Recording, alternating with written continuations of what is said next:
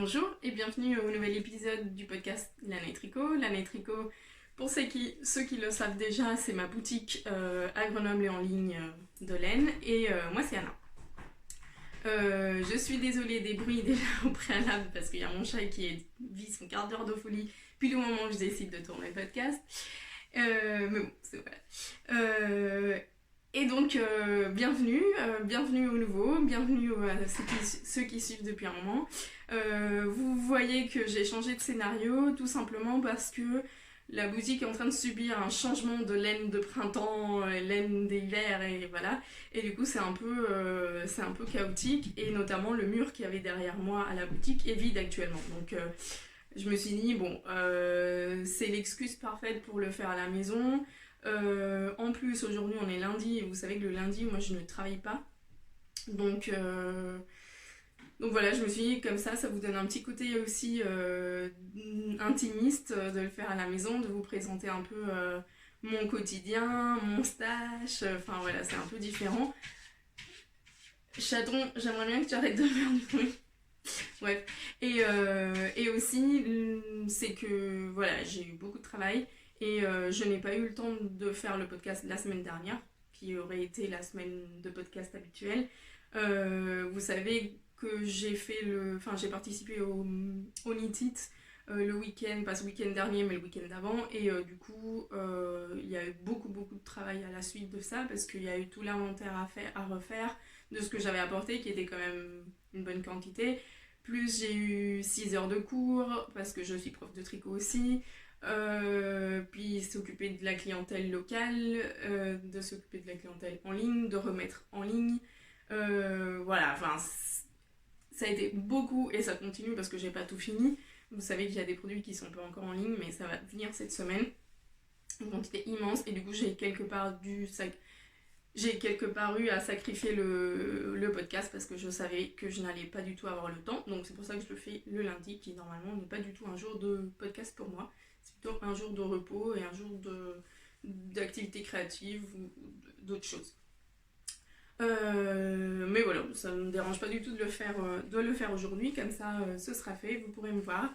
Et c'est d'ailleurs mieux parce que comme ça j'ai tout ici à la maison et je n'oublie pas de choses à vous montrer et j'ai aussi plus de temps pour vous parler.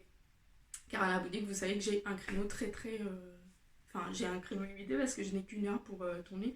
Sinon il faudrait que j'aille à la boutique à 7h du matin. Ça me donne moins envie. Bref, passons de tout ça. Je voulais faire aussi 2-3 petits points sur certaines choses avant de passer au contenu qui nous intéresse.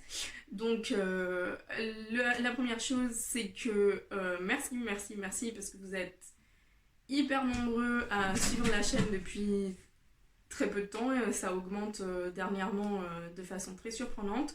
Donc, merci beaucoup. Merci aussi sur Instagram parce qu'on a dépassé les 5000 abonnés. Et ça me fait un plaisir fou quoi, de voir que les trucs que je vous raconte et que je vous montre et les produits de la boutique vous intéressent. Un énorme merci pour toutes les personnes qui regardent le podcast. Je suis désolée pour le chat, mais pourtant je tourne tous mes épisodes de podcast en espagnol à la maison. Le chat, il ne fait jamais rien, quoi que ce soit. C'est la sieste, silence, parfait. Il suffit que je fasse un épisode en français pour que le chat se mette à pleurer. Bon, voilà, sinon il fera une petite apparition tout à l'heure, je sais pas.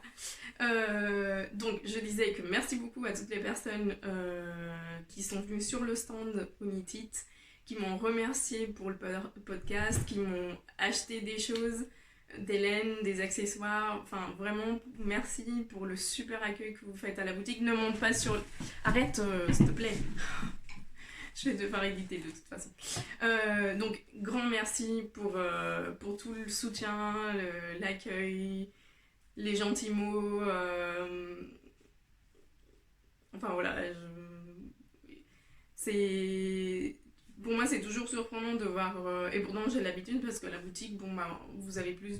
C'est pas comme quelqu'un qui est chez elle, qui travaille chez elle et qui peut pas forcément voir les personnes qui sont derrière. Moi j'ai l'habitude de voir du monde et même des tricoteuses qui passent à Grenoble exprès pour passer à la boutique. Enfin, Et le fait de voir tant de monde qui regarde le podcast, voilà, qui ont envie de soutenir ma petite entreprise, et ben ça fait super plaisir quoi.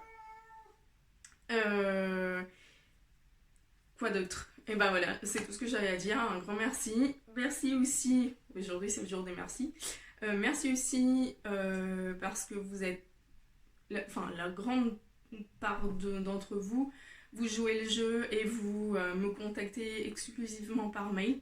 Vous savez que les réseaux, notamment Instagram, ne sont pas les meilleurs amis pour suivre les messages de qui nous a envoyé quelle demande et tout ça. Et en plus, j'ai horreur de recevoir des commandes ou des demandes par Instagram. Pas horreur parce que ce soit vous qui le faites, c'est pas ça. Mais horreur parce que je panique tout le temps dans le sens où je peux recevoir des choses dans mes moments de... Moi, je ne travaille pas à la maison, donc si moi je reçois à 22h ou à 8h du matin un message en me demandant des choses et que je n'ai pas mon ordi et je n'ai pas Mélène et je n'ai pas tout ça à portée de main, je sais que je vais lire le message et après, comme les messages descendent et que je n'ai pas accès et que j'ai oublié le pseudo de la personne, je risque d'oublier.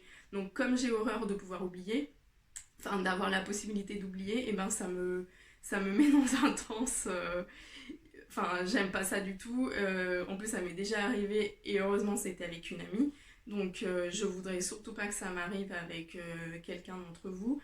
Donc, merci beaucoup parce que vous jouez vraiment le jeu et vous m'envoyez des mails à la place et que vous me contactez super bien par mail et vous savez que je suis assez réactif. Ceci dit, si jamais j'ai oublié de vous envoyer un mail en réponse, n'hésitez pas à me relancer. Ça peut m'arriver, notamment des semaines comme cette semaine où la quantité de travail a été énorme, donc voilà, n'hésitez vraiment pas. Merci d'utiliser le mail. Je le dis aussi, j'en profite aussi pour le dire à ceux qui sont nouveaux et qui sont là pour la première fois ou qui suivent depuis pas longtemps. Privilégiez toujours enfin voilà, la messagerie mail plutôt que Instagram. Surtout que le week-end, je ne regarde pas les messages d'Instagram. Je peux être sur Instagram, mais j'ai décidé que du samedi à 19h jusqu'au mardi 10h, je ne regardais pas les messages Instagram. Et que voilà, ça me permet d'avoir une liberté et un repos mental. Euh, Même si je suis sur Instagram parce que j'aime bien aussi partager mes petites choses du quotidien. Mais, euh, mais voilà, il faut se mettre des barrières, surtout quand on travaille aussi grâce aux réseaux sociaux. Il faut de temps en temps savoir se mettre des limites parce que sinon on travaillerait 24 heures sur 24 et c'est juste pas bon pour la santé. Donc voilà, bon le chat, je sais pas si vous le voyez, mais il a fini par s'installer ici. Bon, moi, on verra comment ça se passe. J'espère que c'est pas trop pénible pour ceux qui n'aiment pas les animaux. Vous n'aimez pas les animaux et vous tricotez de la laine? Non mais c'est pas possible.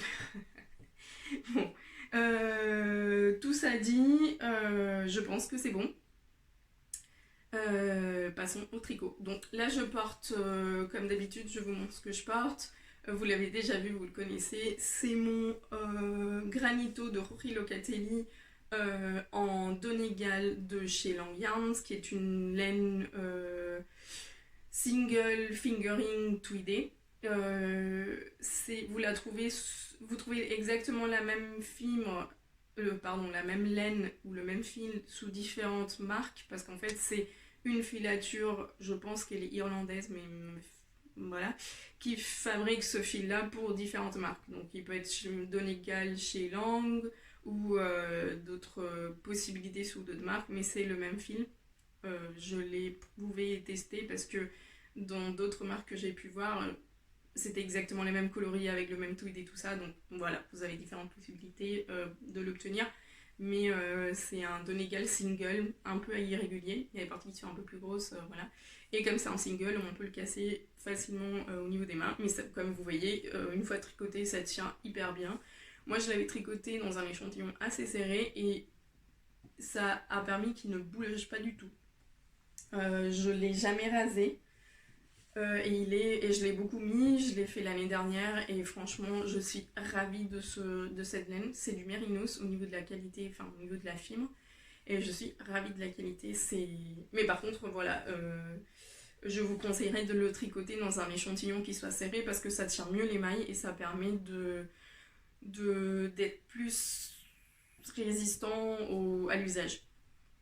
Donc voilà, il a des poches intégrées comme ceci. Je vais pas me lever parce que j'ai le chat sur mes genoux et du coup il va se mettre à courir et dans tous les sens à faire du bruit, mais voilà les poches. Et il y avait ce détail une sorte de high cord intégré aussi tout le long des deux devants et pareil derrière.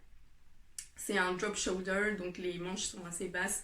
Drop shoulder tout simplement parce que l'épaule descend jusqu'au bras, manches longues, même si je les porte tout le temps comme ça dès qu'il fait un peu chaud. Et voilà, assez douce, rien à dire, bon, je le mets tout le temps. Voilà, ça c'est pour les projets que je porte. Pour les projets finis, j'en ai deux. Ouais, j'en ai deux. Donc le premier, est-ce que je vous les ai montrés tous les deux? Oui, je pense. Hein. Bon, le premier, c'est mon top Del Sol. Del Sol, c'est un nom espagnol, mais la créatrice n'est pas espagnole. Je pense qu'elle est américaine, d'où peut-être l'influence de l'espagnol. Donc c'est le top que j'avais fait en soft silk de BC Garn. Soft silk, c'est de la 100% bourrette de soie. S'il te plaît, arrête.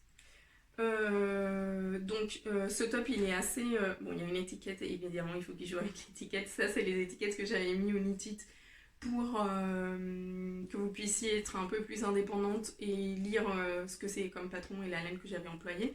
Bon là c'est pas de la laine, c'est de la bourrette de soie et comme vous le voyez c'est hyper fluide, ça a un drapé très très joli.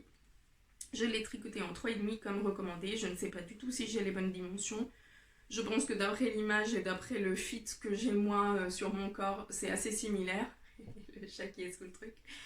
Et voilà, j'ai utilisé un écheveau entier, il me reste une boulette comme ça, pas très grosse, il doit y avoir 2 grammes ou quelque chose comme ça.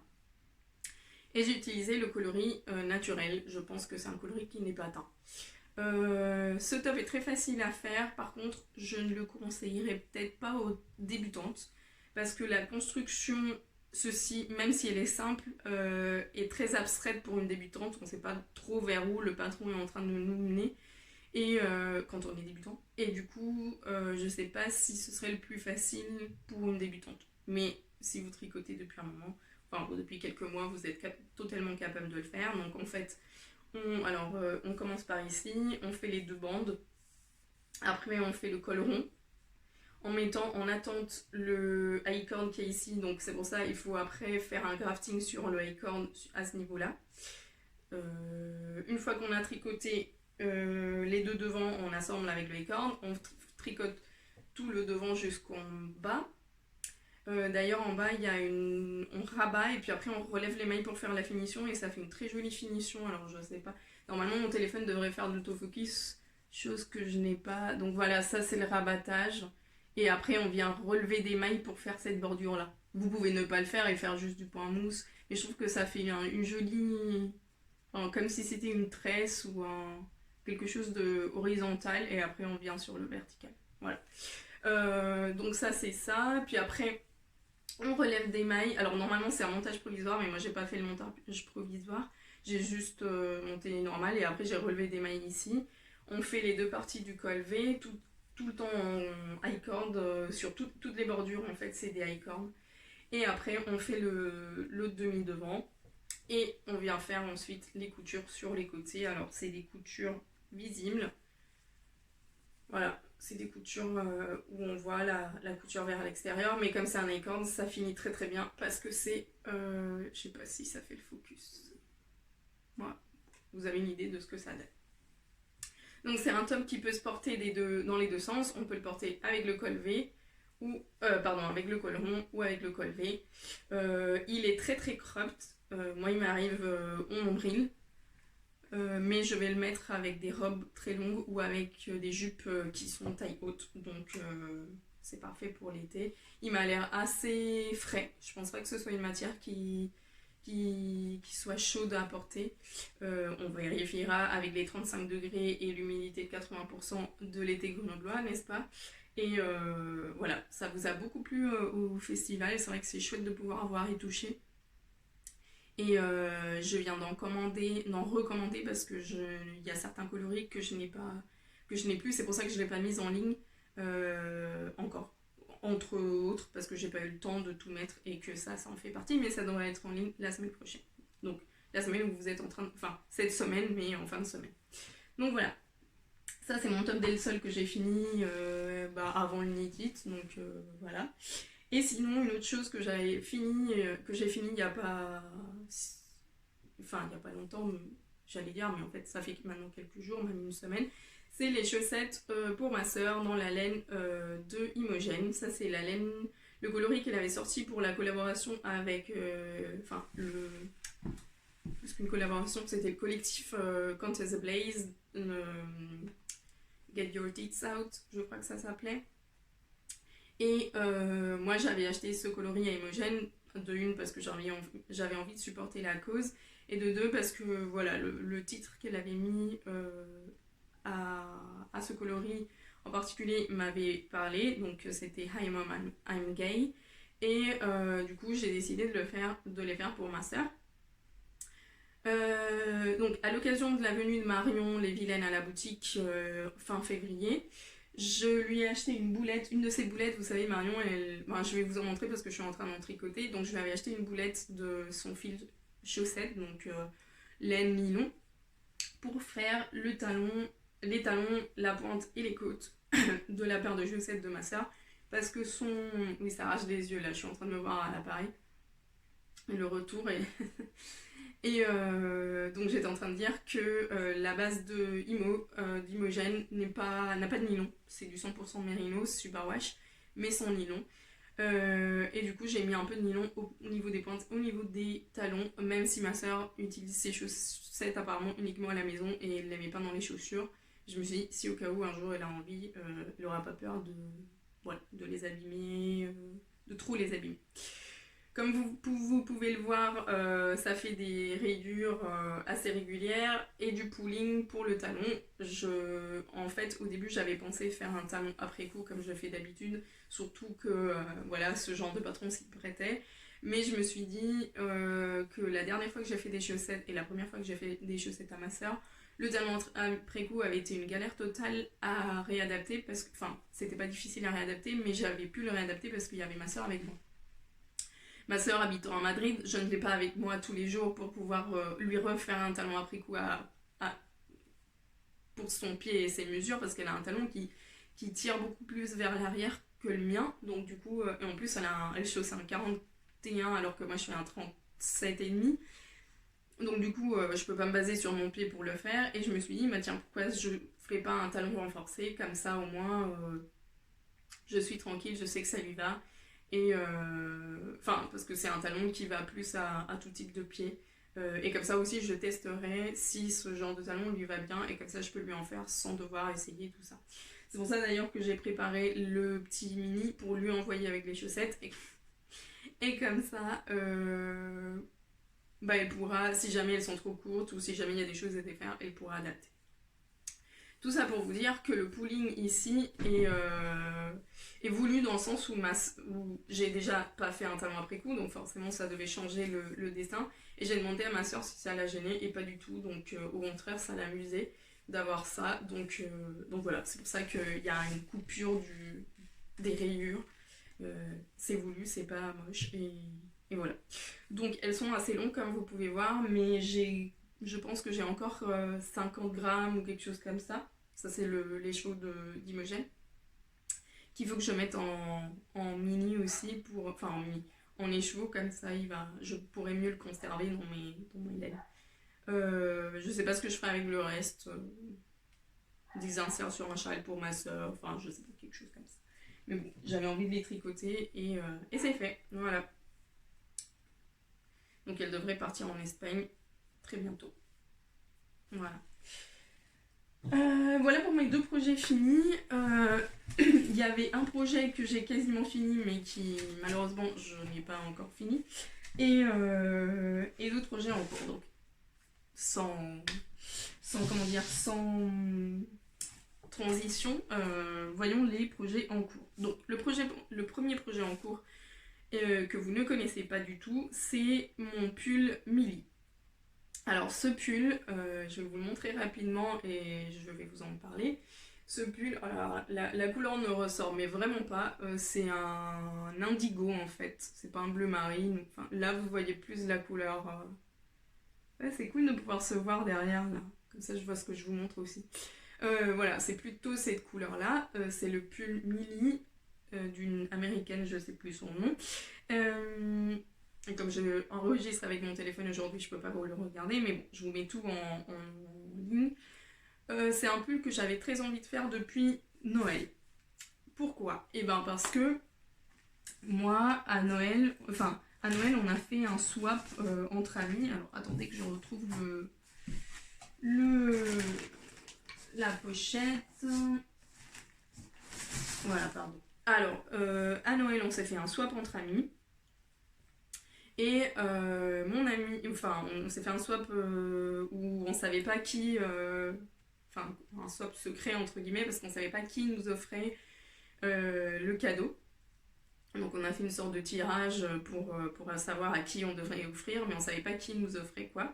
Donc pour le swap, on a découvert ça au swap, on s'est fait un grand dîner, et voilà, on a découvert ça pendant le swap.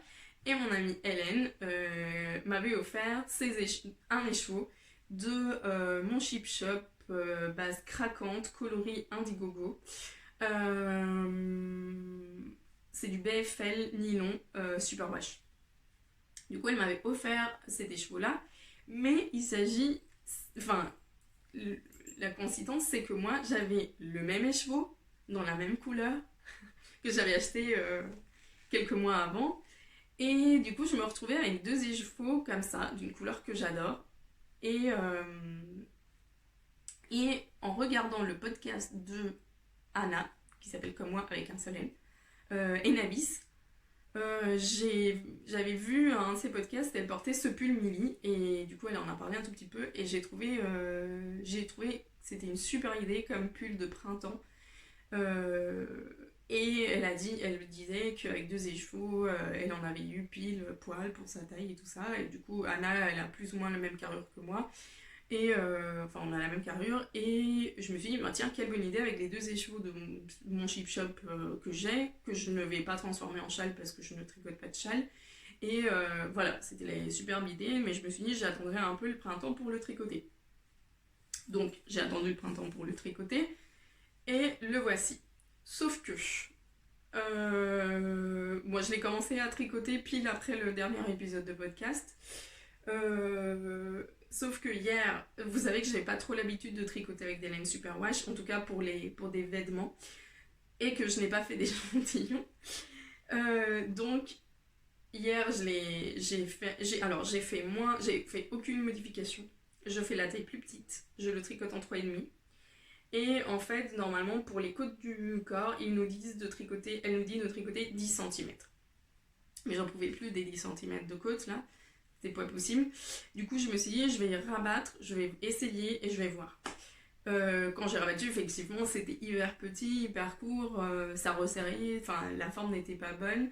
Et le bras, bon, même si c'est une manche un peu comme celle-ci, serrée, parce que c'est quelque chose de boxy, enfin, c'est un peu assez boxy. Je me suis dit, bon, la seule solution de savoir si la taille est bonne et si j'ai des modifications à faire, c'est en le lavant. Donc je l'ai lavé, c'est pour ça, il est humide en fait, enfin plus qu'humide, il est mouillé. Et je l'ai enlevé du blocage en fait pour pouvoir vous le montrer. Et là il a quand même pas mal grandi, parce que voilà, les laines superwash, on sait que les poils accrochement entre eux, et du coup ça permet de grandir. Aussi que j'ai quand même assez bien tiré, ce que je ne fais jamais sur mes vêtements normalement. Et j'attends du coup qu'il soit sec. Bon, là déjà, il a quand même pas mal grandi. Il m'arrive beaucoup plus bas que le nombril. Et j'attends qu'il sèche pour pouvoir l'essayer, voir si j'ai à défaire la manche parce qu'elle était un peu petite, à vrai dire. Pourtant, j'avais même plus de mailles que ce qui était recommandé. Mais bon, voilà, j'ai dû tricoter trop serré. Ou il faut juste que je mette plus de mailles. Donc voilà. Je suis assez contente, j'aime beaucoup le résultat. Ça sort totalement de ma zone de confort au niveau du tricot, pas au niveau de la forme ou quoi, mais au niveau du tricot, parce que déjà c'est une laine teinte à la main, donc on le voit avec les rayures et tout ça. C'est une laine super wash, teinte à la main, et c'est aussi un échantillon beaucoup, mais beaucoup plus lâche que ce que je fais habituellement.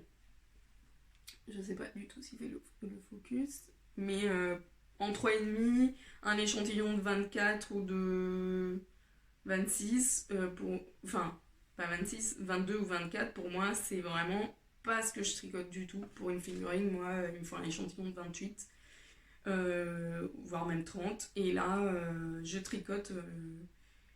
J'ai fait quelque chose de hyper lâche, de hyper souple, parce que ce que je veux, c'est quelque chose que je puisse mettre à même la peau en printemps, en été, voilà, qui soit vraiment drapey, qui soit, voilà, vous voyez, hein, j'avais envie de faire ça, de voir finalement c'est un tricot que vous pratiquez beaucoup d'entre vous, et pas moins pas tant, mais je le voulais, voilà, pour quelque chose de printemps et de frais. Je suis assez contente, j'ai trop hâte qu'il sèche pour pouvoir l'essayer, pour pouvoir le finir. Vous voyez qu'il me reste une manche. Si je n'ai aucune modification à faire, si j'ai des modifications à faire, voire rallonger ou défaire la manche parce qu'elle est trop serrée, et ben je les ferai, ça mettra un peu plus de temps, mais c'est pas grave. Voilà. Voilà pour le pull mili. Donc ça, je vais le mettre là, comme ça il va sécher en même temps. Et je le fais, donc finalement, Anna Denabis, non, s'il te plaît, tu vas faire bouger le téléphone. Anna Denabis disait qu'avec 2 écheveaux, elle en avait pas eu assez et que ses manches, c'est pour ça que ses manches étaient un peu plus courtes. Moi, j'ai encore pas mal de reste. Donc, ok, j'utiliserai un peu moins de ça pour faire la manche. Et si j'ai à rallonger, bah, j'aurai de la laine, mais j'ai assez de laine pour faire plein de modifications. Voilà, dans ma petite pochette, l'Anae, que je vais mettre en ligne aussi cette semaine. Voilà, ça c'était un premier projet. Le deuxième projet qui grandit, c'est mes chaussettes à rayures à reste, mais c'est juste un tube, je sais pas si ça vaut... Bon, allez, je les ai là, je vais juste vous montrer qu'elles ont un peu grandi, mais pas non plus des masses. Voilà, donc on en est là, ça avance très lentement, mais ça avance. Voilà. Donc ça c'était avec des restes de Greta des Fibers et de la Jawol de Langue pour chaussettes. Je ferai un travail en pré-coup. Et voilà, donc je les tricote les deux en même temps, donc j'ai les 2 tubes à la même hauteur. Hop, ça c'est mon deuxième projet. Mon troisième projet, ça je vais mettre là. Mon troisième projet, c'est, vous savez, je suis en train de faire un... Ça m'étonne, il me manque des... Ah oui, il est là l'autre. Je suis en train de faire un cal avec des amis et on est en train de faire un pull en ferraille. Mon pull en ferraille, je vous avais dit que c'était trop écru, que je n'allais pas aimer le porter, il fallait que je change de couleur, nanana. Et finalement, en fait, ce que j'ai carrément fait, c'est changer de modèle. Je me suis rendu compte que le modèle Enfin voilà, c'était trop répétitif, trop grand, c'était trop dans ma tête et du coup j'avais pas tellement envie de le tricoter. Et le modèle qui en fait me donnait vraiment envie de tricoter du ferraille depuis même avant qu'on commence le cal, c'est un gilet, donc sans manche col rond pour celui-là. C'est le Cruden de Isolda. Je vous mettrai sur les liens, comme ça vous pouvez cliquer et voir à quoi il ressemble. Parce que sur l'édition de ce podcast, je vais pas pouvoir, comme je vais l'éditer avec le téléphone, je vais pas pouvoir insérer des images, je sais pas trop comment ça se passe. Donc, j'ai commencé le Cruden, j'ai fait les côtes, magnifique. C'est en période côte, j'en ai marre de tricoter des côtes. Donc là, j'utilise le bleu marine que j'étais en train d'utiliser pour mon autre... donc c'est la Bioshade de BC Garn. C'est le bleu marine que j'utilisais pour mon autre projet. La couleur principale va être de la Tuku Wool que j'avais acheté dans un des stages il y a hyper longtemps. Je ne sais pas le coloris, c'est un moutarde. Voilà, donc ça va être un peu le coloris principal. Je vais utiliser dans les couleurs contrastantes les mêmes bleus Bioshade Land et le même écru Biochédland que j'utilisais pour mon projet, pour l'autre projet que j'avais décidé de faire, le pull, comment il s'appelait déjà, je sais plus. Et pour la touche, si vous regardez le Cruden, il est dans les tons de bleu et vert. Et la petite pointe qui fait vraiment le fondu, vous savez que le Fair Isle, c'est une technique de jacquard, une forme de faire le jacquard des îles Fair Isle en Écosse. Et du coup, ça fait souvent des dégradés, d'où le dégradé de bleu. Et la petite pointe que Isolda a mis en jaune-orange, moi je vais la mettre en rose. Donc en gros, ça va être ces couleurs-là. Donc voilà, ces couleurs-là. Et il me reste un gris bleu à mettre. Donc, mais bon, ça je vais le faire parce que c'est cette couleur. Et moi j'en ai que 6 là. Mais bon, j'ai assez de laine rustique, fingering comme ça.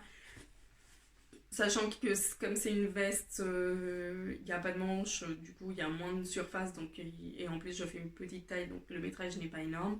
Donc dans mes restes de laine et dans mes laines, je vais trouver très facilement une 7e couleur pour ce Cruden. Comme j'ai pas beaucoup de temps de tricoter et que j'ai beaucoup de projets tricot, et ben je le fais petit à petit, c'est pas quelque chose, de toute façon c'est pas marqué de but précis pour ce projet. Et comme d'habitude, comme j'ai toutes mes laines et tout dedans et que j'ai besoin d'un grand sac, je le mets dans mon petite moutaine que vous connaissez, que vous avez vu au Knitted sur mon stand et que Mélissa, c'est mon amie Mélissa qui l'a fait. Voilà pour ce projet. Ensuite, dernier projet, dans un sac à projet hyper sexy, n'est-ce pas? C'est les sacs dans lesquels je stocke ma laine pour pas qu'il y ait des mythes pervers, des mythes méchantes qui viennent bouffer ma laine. Et c'est là que j'ai stocké ces petites boulettes de laine dont je vous parlais. Alors, pardon pour le bruit. Voilà. Je vais prendre l'étiquette comme ça. Je suis désolée, je perds ma voix, mais j'ai toujours pas récupéré ma voix depuis le festival. Je parle beaucoup j'ai une voix qui projette beaucoup depuis la gorge en fait. Et même pendant mes années de prof, je perdais la voix très très facilement. Et du coup, pendant un festival où on parle tout le temps et on parle très fort parce qu'il y a du bruit et tout ça, je perds très rapidement ma voix. Donc là, quand Marion était venue à la boutique fin février, j'avais non seulement acheté la boulette jaune pour ma soeur, mais j'avais acheté des boulettes pour faire un cal avec mes amis, enfin plus particulièrement avec Mélissa de Petite Moutaine, Laura et Julie. Et parce que j'ai arrivé à les tenir. Et du coup, on s'est fait tout un fade pour faire les Fluorite Socks, les chaussettes fluorites de Andrea Mori. Voilà, donc ça c'est mon fade à moi, qui passe d'un turquoise vert vers un gris foncé. Et du coup, je vais vous dire les noms si jamais ça vous intéresse. Pour le turquoise vert clair mint, c'est Ed Cléopâtre couronné d'émeraude. Ensuite, ma deuxième couleur qui va plus maintenant vers les bleus, c'est Cap sur l'Atlantide. Donc la première boulette, c'est son fil chaussette à Marion, c'est chaussettes 75% laine, 25% nylon, super wash. Et après ces trois-là, en fait, c'est la base MCN, donc Merino, Cachemire, Nylon. La tordue MCN, où il y a 80% de mérinos, 10% cachemire, 10% son nylon très retordu. Alors, moi, ça me fait rire cette dénomination de très retordu parce que c'est un 2 brins. Et pour moi, un 2 brins, c'est moins retordu. Enfin, ça n'a rien à voir. Enfin, comment dire ? On a une certaine tendance à appeler les 2 brins comme une base très retordue. Alors que pour moi, très retordu veut dire très résistant. Et pour moi, le 2 brins, comme je le vois commercialisé comme ça, pour moi, il est moins solide ou moins retordu qu'un 4 brins classique normal. Je sais pas d'où ça vient cette terminologie, pourquoi on appelle très retordu le 2 brins. Je sais pas trop d'où ça vient, mais pour moi, le 2 brins est un brin qui est moins solide, parce qu'il y a 2 brins, qu'un brin, 4 brins ou 3 brins, enfin, voilà. Les brins, je vous rappelle, c'est si vous détordez votre petit fil, en fait, que vous lui donnez le sens inverse, vous allez pouvoir compter de combien de brins il est formé. Donc là, c'est un 4 brins classique, et pour moi, un 4 brins classique, c'est déjà, il est plus retordu, plus solide, parce qu'il est formé de 4 petits brins qui se tiennent entre eux. Voilà, explication de, de laine, mais voilà, pour moi, le 2 brins, même si c'est ma base préférée, le 2 brins est moins solide et moins retordu qu'un 4 brins. Corrigez-moi si vous filez un peu et que vous y connaissez, dites-moi ce que vous en pensez, parce que bon, c'est un étonnement que j'ai de cette terminologie-là qui est employée souvent dans les teinturières indépendantes. Est-ce que l'entreprise qui leur vend les laines a cette dénomination-là et du coup elles le reproduisent? Je sais pas. Bon, passons à la couleur suivante. C'est la mer déchaînée, et du coup pareil dans MCN, et le gris un peu anthracite foncé, c'est les tentacules d'Ursula, et c'est cool parce que ça reste un peu dans le... Moi, par la première, ça reste un peu dans le truc marin, voilà. Donc voilà pour les 4 couleurs que je suis en train de... que je vais employer. Oula, il y en a un qui est parti. Et on a commencé du coup notre chaussette, enfin la chaussette fluorite de Andrea Mori. C'est une chaussette qui est en fait tricotée à l'envers. Après on va la retourner pour que le fade se fasse. Là vous voyez des rayures. Bon après c'est pas un fade hyper fade parce que pour que ça fade bien il aurait fallu qu'il y ait des speckles. Je pense que ça fade mieux, ça fait mieux un dégradé. Là vous voyez ça fait un peu des rayures. Et si je la retourne, c'est ça qui va être le vrai sens de la chaussette. Bah, ça va faire, alors sur ce côté là ça fade mieux. Ça fait plus une transition. Mais effectivement, ça fait plus des rayures parce que je suis sur des couleurs un peu plus solides. Enfin, semi-solides ou fausses unies. Ceci dit, je pense que ça va mieux fader sur ces 2 couleurs, mais avec les autres, ça va mieux faire le dégradé. On verra. Mais bon, ça me gêne pas. Je suis pas très speckle de toute façon, donc voilà. Je sais pas si vous voyez. Je sais pas ce que vous voyez là. Non, là c'est trop bleu. Là c'est plus la couleur réelle, je pense. Voilà. Donc voilà. Oh zut, j'ai loupé une maille. Génial. Voilà, donc ça c'est ça. Petit projet entre amis. Avec 30 000 fils de tous les sens parce que j'ai dû détricoter, retricoter, bref. Donc ça, il n'y a pas de but, enfin de date limite ou rien. On avance comme on veut et voilà. Voilà. Donc le prochain projet en cours que j'ai, c'est quelque chose que j'ai acheté au Knit It. Donc, comment je fais? Allez, je vais vous parler de ça et comme ça enchaîne vers Knit It. Ouais, ça va pas non plus faire des histoires. Donc, au Knit It. Alors, on va parler d'abord un peu du Knit It. Ça s'est super bien passé. Nous, on est arrivé avec Cécile d'Atelier Camire. On était ensemble sur le stand et on logeait ensemble et on est venus ensemble parce qu'elle habite à côté de Grenoble, dans les montagnes. Et du coup, on s'est organisé pour faire tout ensemble parce qu'en plus, Malène ne rentrait pas dans une seule voiture, donc on est venu à 2 voitures. On s'est installé le vendredi. Voilà, on était hyper excités, voilà, c'est un peu des moments de tension parce qu'on veut que tout se passe bien, que l'installation du stand se passe bien, que voilà, vous pouvez imaginer les mois de travail et du coup la tension qui se concrétise vraiment sur un moment, voilà. Le samedi, on se lève au petit déjeuner et on part rapidement pour la première journée, donc le samedi. Et voilà, on finit de préparer nos stands, les 2-3 petits trucs, et on accueille le monde. Donc nous, on était en première ligne de bataille, on était le premier stand dès que vous rentriez dans la salle. Et du coup, c'est vrai que le samedi matin, c'était la folie totale, à tel point que mon amie Laura, qui venait en tant que venait visiter et passer un moment, la journée au festival, a dû rentrer dans mon stand et m'aider parce que c'était la folie. Sur le stand, il y avait 3 lignes de personnes qui attendaient à pouvoir accéder au stand et tout ça. Donc c'était super. Peut-être pas pour vous, mais pour moi c'était super de voir qu'il y avait un tel engouement pour ce festival.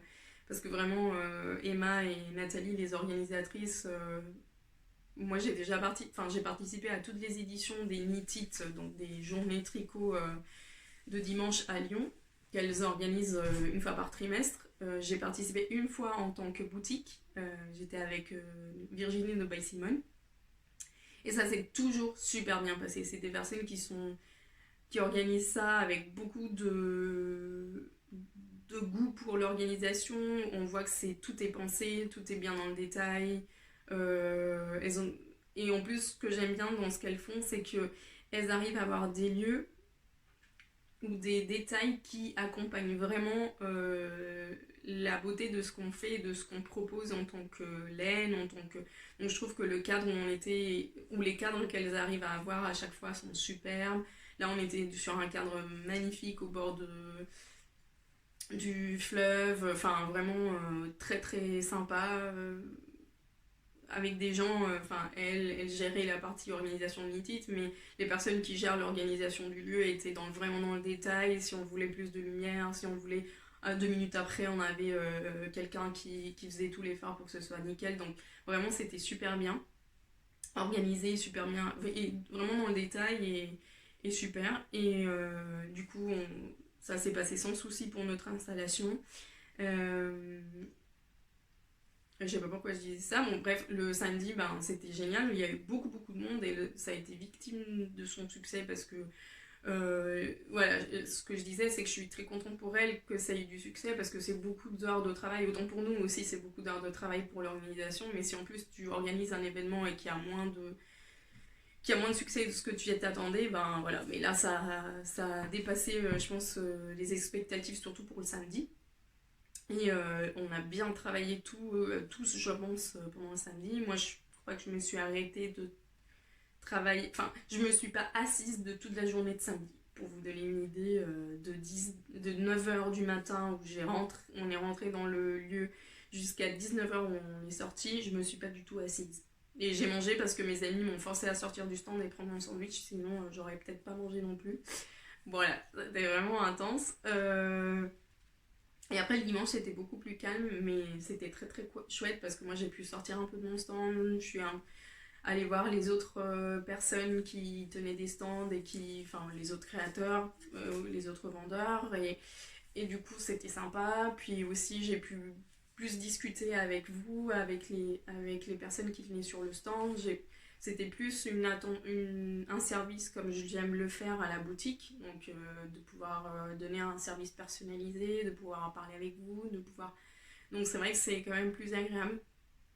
Donc moi je vous encourage, mais je pense que je l'ai déjà dit pas mal de fois sur le podcast, si vous allez dans un festival et que vous n'avez pas un achat concret de prévu, allez plutôt soit le samedi après-midi, soit directement le dimanche, ou soit les deux pour vous faire plaisir, mais si vous comptez pouvoir bien voir les choses et pouvoir papoter avec les gens qui sont autour de vous, c'est quand même mieux de le faire dans les périodes où vous envisagez vraiment où il y a moins de monde.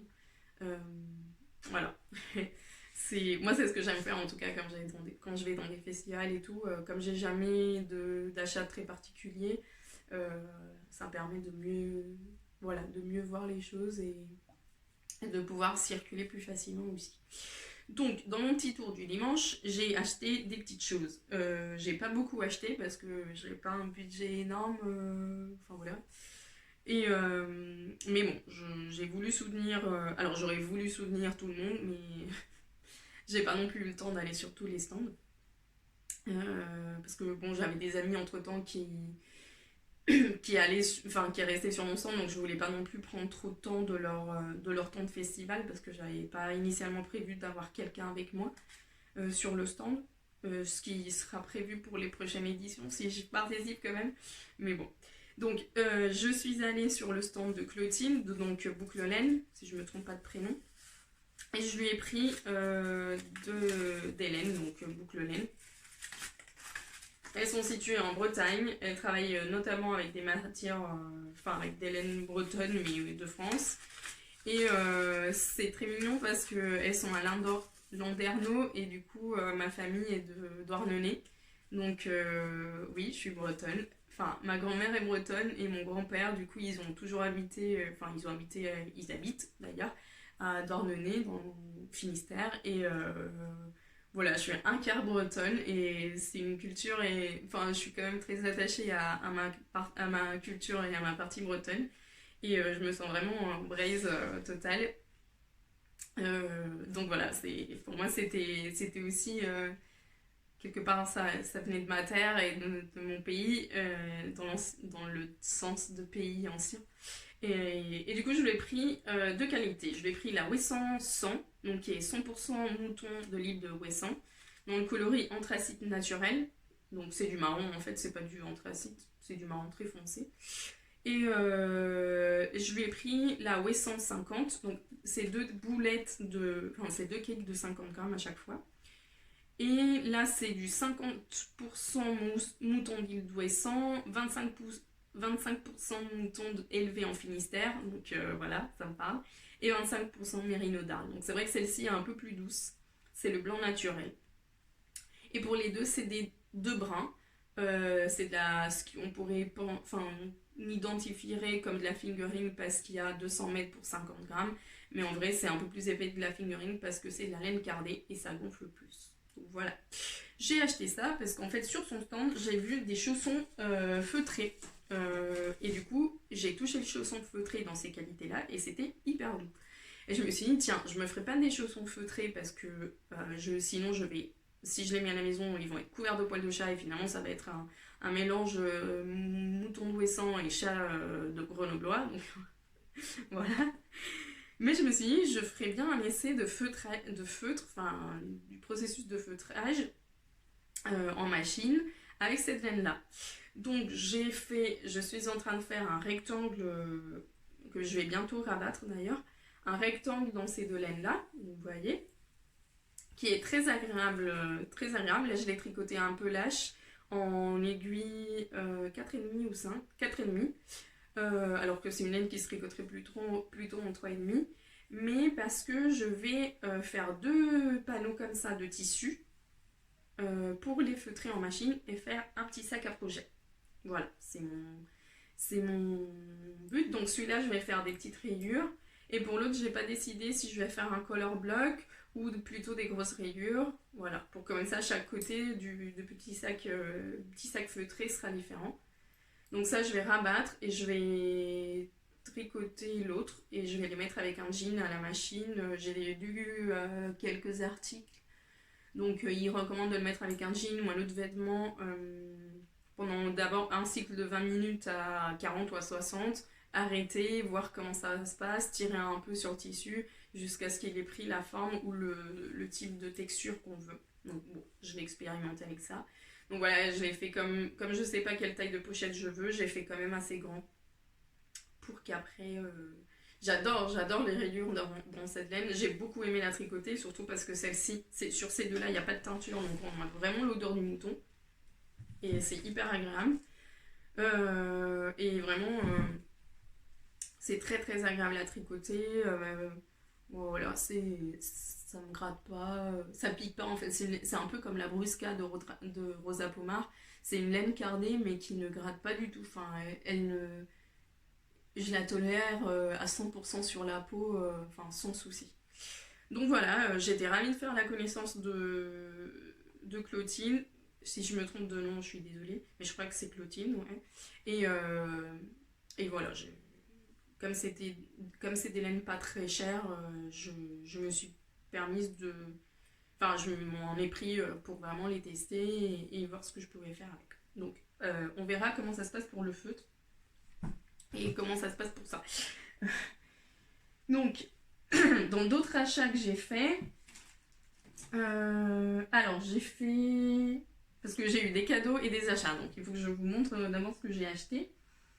Alors, j'ai acheté chez Maison Corlaine, Guillaume et Aurore, qui sont encore plus charmants que par mail. J'ai eu la chance de pouvoir les rencontrer du coup pour la première fois, alors que ça faisait des mois qu'on échangeait par mail.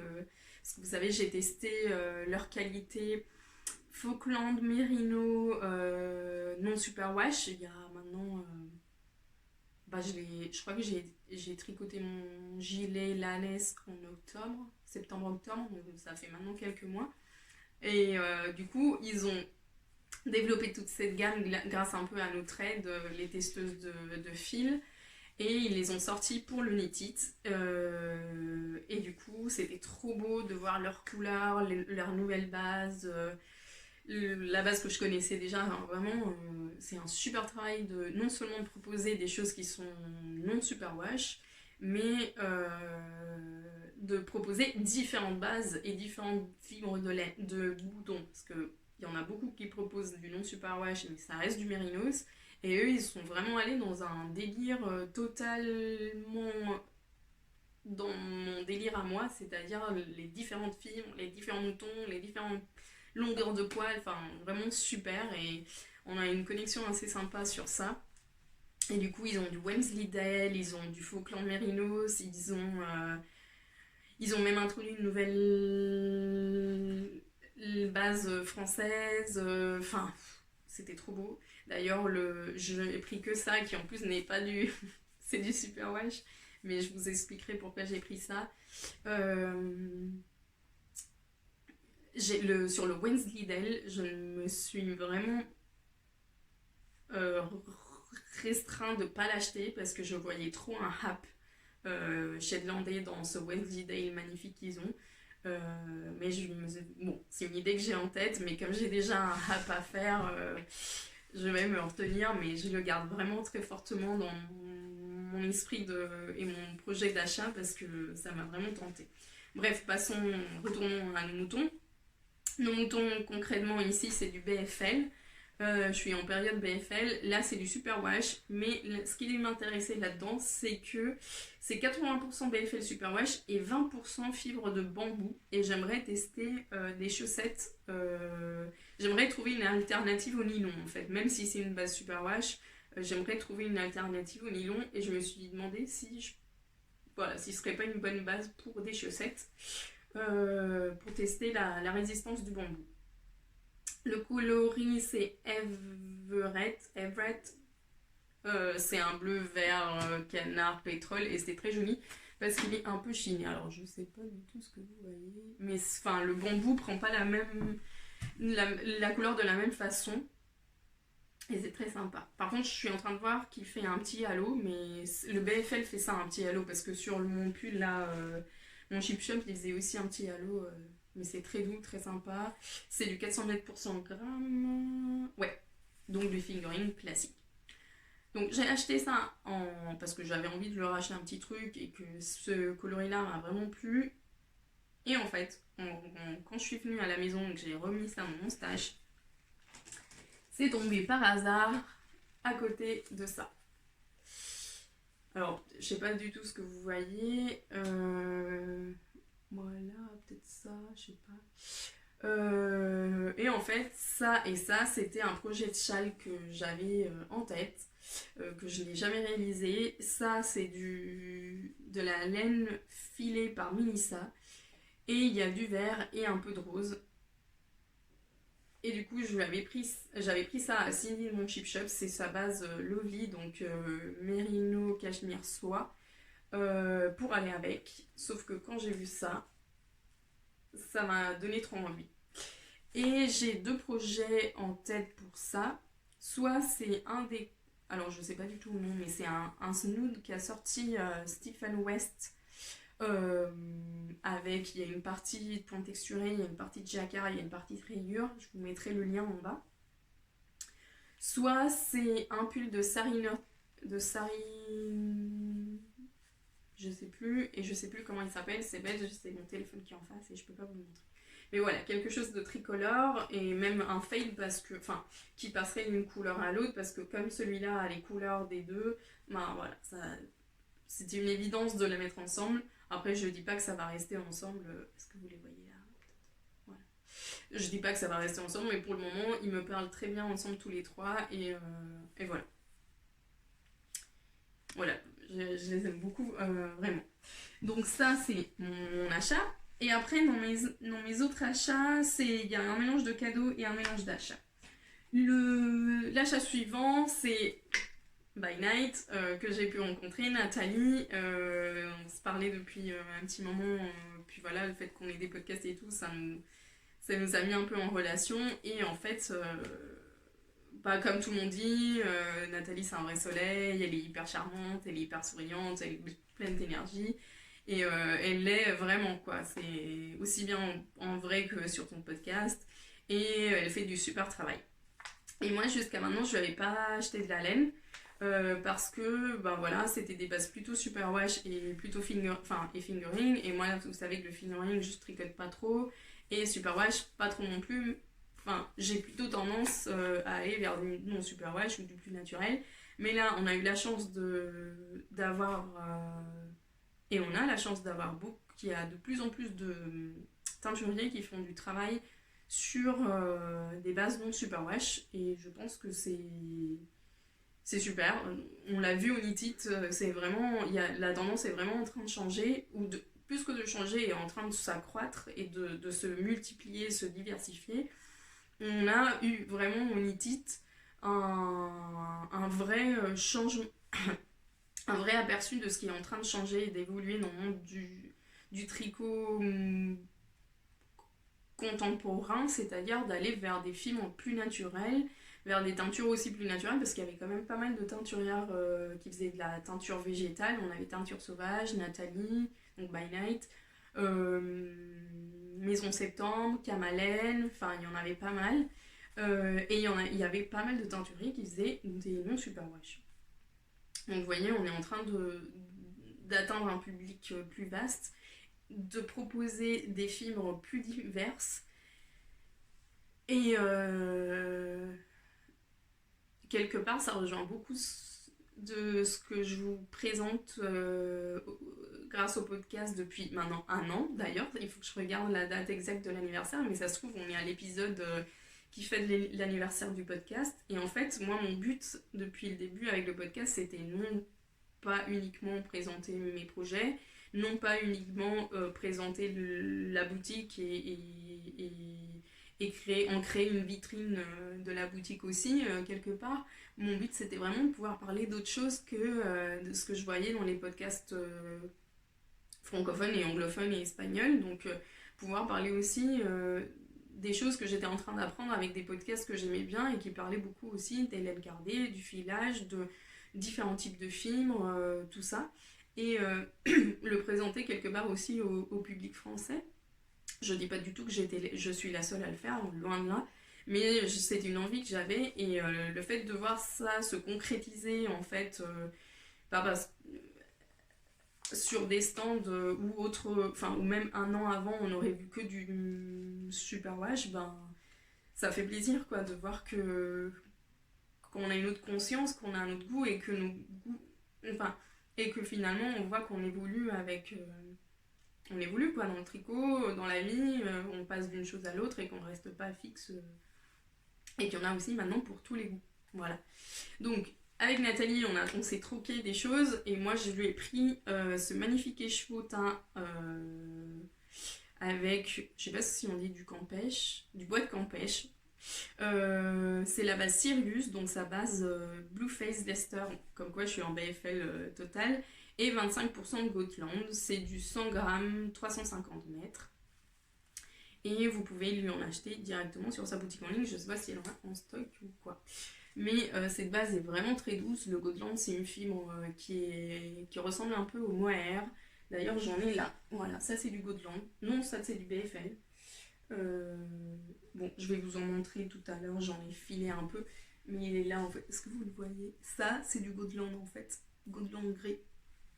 Et c'est des fibres vraiment très très longues, ça ressemble un peu au mohair et c'est très agréable à filer et à tricoter et à porter. Donc ça c'est une sorte de violet très intense et je vais me faire un bonnet. Quand, je ne sais pas, mais pour l'hiver prochain. Voilà. Donc ça c'est By Night. Et après, en dernier achat, bah voilà, c'est un achat qui... C'est un achat inattendu, mais parce que j'ai eu un cadeau totalement inattendu, parce que mes amis, Mélissa et Laura, m'ont offert ceci. Et oui, on est reparti pour du teint à la main sur du non super wash. C'est la Mondim de Rosa Pomar que j'ai en boutique depuis, pareil, plus d'1 an. que j'aime beaucoup et qui, à cette occasion-là, est teinte à la main par l'équipe de la bien-aimée. C'est une base qu'elle utilise pour la teinture depuis maintenant un mois. Elle l'a présentée pour le Festival d'Édimbourg. Et voilà, mes amies me l'ont offerte parce qu'elles se sont vraiment bien doutées que ça allait me plaire en tant que base, vu que j'adore l'amandine et que enfin, que vous adorez l'amandine aussi, parce qu'elle a eu un succès fou sur mon stand aussi. Donc voilà, c'est du 385 mètres pour 100 grammes, c'est du 100% laine portugaise, fait au Portugal et conçu par Rosa. Et ici, c'est le coloris Pink Granite, donc du granit rose, 100% non superwash wool. Voilà, donc c'est très bien. Voilà. Donc il y a des petites nuances grises, roses, voilà, c'est très sympa. Et je vais faire quelque chose avec ce copain que je vais du coup acheter. N'importe quoi, je vous montre absolument rien. Voilà, ça c'est un écheveautin par Maison Septembre que je ne connaissais pas du tout. Je les ai connues parce que j'ai vu qu'elles allaient au festival dans la liste des exposants. Et en fait, je me souviens plus de son nom à elle, de la teinturière, mais c'est quelqu'un avec qui on était juste à côté du stand. C'est pour ça qu'on s'est vu et parlé assez rapidement. Et en fait, j'ai adoré son univers, j'ai adoré ce qu'elle fait et ça a été vraiment une très belle découverte. Donc Maison Septembre, elle fait des bases, pour la plupart, d'après ce que j'ai compris et vu, c'était du non-superwash et c'est de la teinture végétale. Ici, c'est du 100% mérinos naturel, 100 grammes 400 mètres, donc fingering. Le coloris, c'est galet. Et elle dit pas avec quoi est-ce que c'est teint, non, mais c'est pas grave. Laine naturelle, teinture végétale. maisonseptembre.com si vous êtes intéressé d'aller voir. Donc je veux faire un snood. Voilà, donc ils vont vraiment bien ensemble. Alors est-ce que vous voyez? Du coup celui-ci m'a permis d'acheter chez Maison Septembre parce que ça me faisait vraiment envie. Et je vais me faire un tour de cou tout simple, un tube à rayures, en mettant une rayure de ça, une rayure de ça, et voilà. Et je pourrais le mettre tout le temps. Vraiment un bon basique, mais avec des couleurs qui sont douces et qui vont un peu avec tout. Je suis en train de reperdre ma voix, désolée. Et en fait, j'ai eu cette idée parce que je regarde un de mes podcasts préférés, c'est celui de Stranded Dyeworks, qui est Amy, qui est en Angleterre. Et en fait, elle s'est fait un tour de cou avec une base grise naturelle et après des mini arc-en-ciel. Et bon, l'arc-en-ciel et tout ça, ça me plaisait énormément. Mais du coup, je me suis dit que je pourrais le faire aussi dans ces deux-là et d'avoir quelque chose un peu plus neutre. Je vais vous mettre le lien sous la vidéo, comme ça vous pourrez aller voir de quoi je parle si jamais vous ne connaissez pas le podcast de Amy. Voilà, ou son Instagram. C'est une teinturière en fait britannique. Voilà. Et est-ce que j'ai fini pour mes achats et tout ça? Oui. Un autre cadeau que j'ai reçu aussi, c'est mon amie Zoé qui m'a offert le bracelet avec les mètres et... Alors, est-ce que vous voyez quelque chose? Ouais. Le bracelet avec les inches et les centimètres que vend Imogen. Voilà, j'ai vu qu'elle s'était acheté un, je me dis c'est trop cool et du coup elle m'en a offert un. Donc c'est bien, c'est cool, je fais comme ça, c'est assez pratique quand tu peux mesurer. Mon mètre il est où? Maintenant j'en ai un et voilà, c'est le petit gadget sympa pour la tricoteuse qui fait plaisir en plus s'il est offert. Donc merci beaucoup les filles. Enfin voilà, c'est tellement de générosité quoi que au bout d'un moment on est un peu... Voilà. Je voulais aussi vous parler de deux autres choses. Je voulais vous parler, en restant sur Knit It, du pull qu'on a sorti en collaboration avec Cécile d'Atelier Camire et Lucille Design. Lucille Design, parce que je dis pas de bêtises. C'est le petit pull Kaolin qu'elle a tricoté et conçu dans le lin Alfama que vous avez en boutique. Vous connaissez ce lin parce que je m'étais fait le Imogen Tea et que je vous en parle tout le temps parce que c'est les matières que je préfère tricoter pour l'été parce que ça reste frais et ça a un drapé et une durée excellente. Donc elle a conçu ce petit pull col bateau. Bon, pour moi il serait trop grand parce qu'elle a fait la deuxième taille. Voilà, ce petit pull auquel elle a mis les boutons pour qu'on puisse faire une collaboration à 6 mains. Donc ça c'est les boutons de Cécile d'Atelier Camire, le lin Alfama et le design de Lucille. Et on les a proposés en avant-première sur le festival. Ça a eu un super succès, donc je vous remercie vraiment parce que à chaque fois quand on fait des collaborations et surtout des kits, on est un peu... Bon, on ne sait pas si ça va plaire, on ne sait pas si l'investissement de temps et d'argent et de tout ça, ben, ça vaut la peine, est-ce que ça va plaire. Et du coup, le fait de savoir que ça vous plaît, et ils sont en ligne si vous les voulez, donc, et j'en ai vendu pas mal aussi en ligne là, ces derniers jours, donc, enfin pas mal. J'en ai vendu, donc c'est déjà énorme quoi. Donc voilà, je voulais vous le présenter, vous dire que ils sont disponibles et que vous pouvez les acheter. C'est un tricot très facile pour les débutants parce qu'en fait, c'est un top-down avec un raglan, donc c'est vraiment tout simple. Et le point texturé, ben, c'est tout simple parce que c'est du point mousse, du point jersey et des petits jetés. Donc vraiment, c'est vraiment le tricot classique pour un super top d'été. Et c'est le tricot super simple pour celle qui débute et qui n'a pas envie de se lancer dans des choses très très compliquées.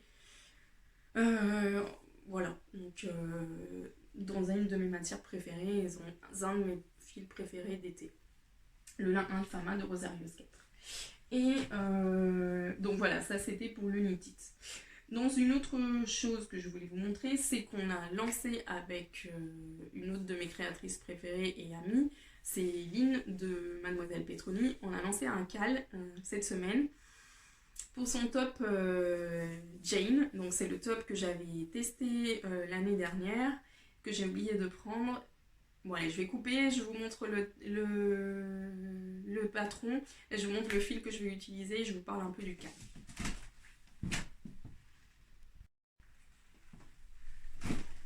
Donc on a lancé le cal avec Cécile. Il va du 13 avril au 30 juin, donc vous avez largement le temps pour le commencer. Vous n'êtes pas obligé de le finir à temps pendant le cal. C'est vraiment pour le tricoter ensemble. Moi j'aime pas les cals qui sont très restreints, donc la seule contrainte c'est d'acheter le patron. À part ça... ce qui me paraît une évidence. À part ça, c'est la seule contrainte. Bon, les dates, il fallait mettre une date limite parce que nous, on ne peut pas rester indéfiniment sur ce genre de projet. Mais vous pouvez commencer quand vous voulez, vous pouvez nous rejoindre quand vous voulez, même si vous ne l'avez pas fini, c'est pas grave. Il y a un système de points, donc c'est un point si vous mettez la photo de début, un point si vous mettez la photo de fin et un point si vous avez acheté le fil chez moi, un fil chez moi, ou si vous le faites avec un fil que vous avez acheté en boutique. Mais comme vous voyez, vous avez de toute façon, vous remplissez une des possibilités et vous rentrez dans le tirage au sort si vous le souhaitez. On n'a pas encore mis les cadeaux qu'on va mettre, mais on le mettra au fur et à mesure. Du coup, le cal a déjà commencé, il y a déjà des personnes qui se sont présentées et le fil a déjà commencé à être actif. C'est sur mon groupe Ravelry, donc Lana Boutique. Et vous avez deux fils de discussion, le fil de discussion principal et le fil de discussion où il faut uniquement mettre les photos qui correspondent au tirage au sort. Voilà. Donc le top Jane, moi je l'avais testé l'année dernière. Pour Mademoiselle Petroni, je l'avais fait en Bio Shedland de BC Garn. Bon, il est un peu plié parce que je ne l'ai pas mis depuis l'été dernier. Donc comme vous le voyez, c'est un... Moi je l'ai fait... Il y a deux versions. Il y a la version classique, t-shirt classique, et la version crop top. Donc moi j'avais fait la version crop top en plus petite taille. Je l'avais fait en bio balance, un coloris un peu rose corail.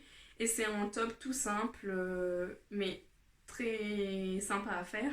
Donc là on monte des mailles provisoires. On fait la partie du devant, on enlève le montage provisoire et on reprend les mailles pour faire le dos. Une fois qu'on a fait le dos et le devant, on va rassembler. Donc ici c'est accru, mais on peut faire un petit mais bon, c'était assez joli parce que ça rentre et du coup ça fait comme une sorte de high cord. Une fois qu'on a tout, on va mettre en rond et on tricote le nombre de centimètres qu'on veut en jersey. Puis ensuite on fait la partie dentelle. Mais voilà, là vous avez plus la couleur. Donc la partie dentelle qui est très très simple à suivre et on finit par du point mousse. Et une fois qu'on a fait ça, on vient relever les mailles pour l'encolure et on fait l'encolure en point mousse. Voilà.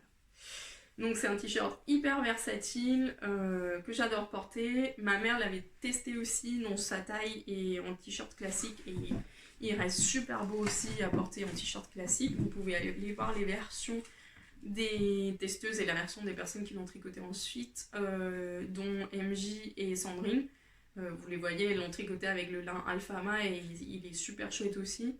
Sandrine l'avait tricoté en gris, anthracite et MJ en bleu. Donc si vous allez sur les projets, vous allez les voir. Et voilà, donc moi c'est quelque chose que j'ai beaucoup aimé tricoter. J'avais fait en une dizaine de jours et j'ai beaucoup aimé le porter ensuite. Mais comme c'est du bio-balance et qu'il y a 50% de laine, 55% de laine, 45% de coton, il était un peu chaud pour les journées plus chaudes de l'été où j'aimais bien aussi le porter.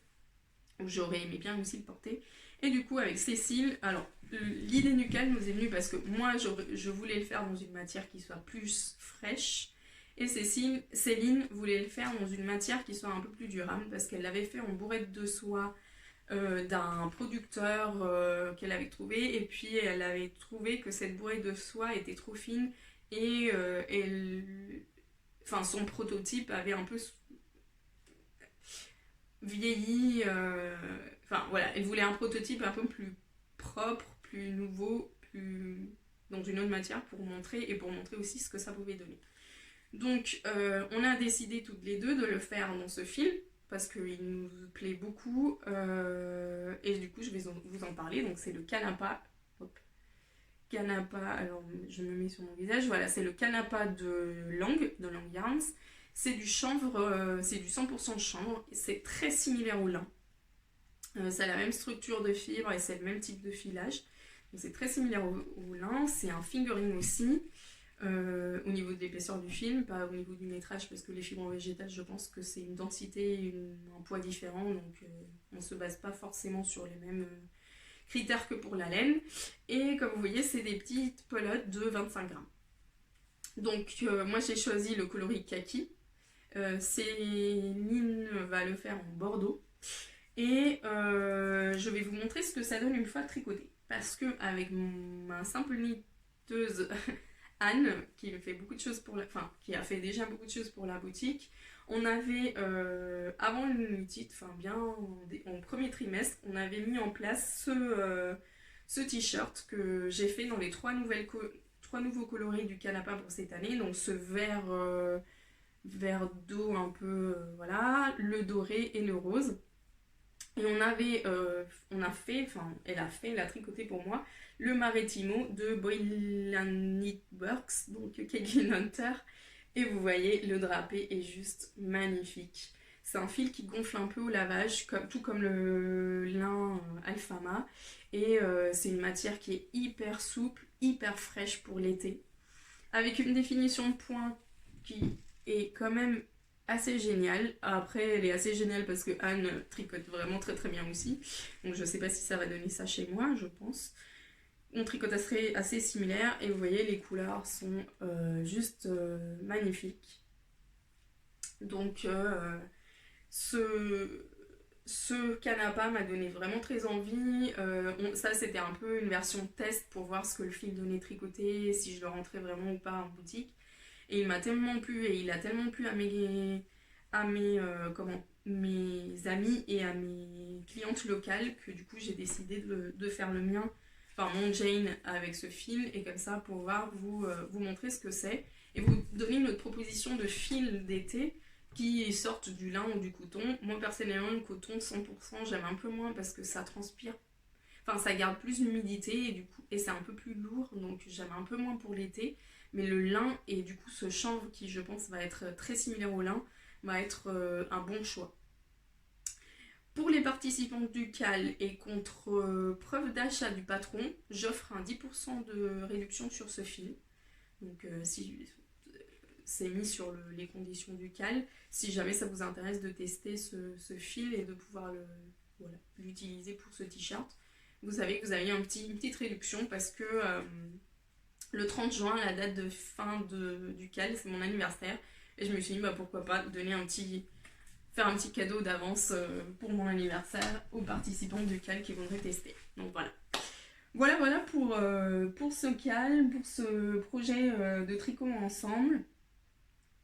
Je ne l'ai pas encore commencé parce que j'aimerais finir mon mini en mon chip shop pour monter un autre projet parce que sinon ça va faire beaucoup de projets et ça va me stresser.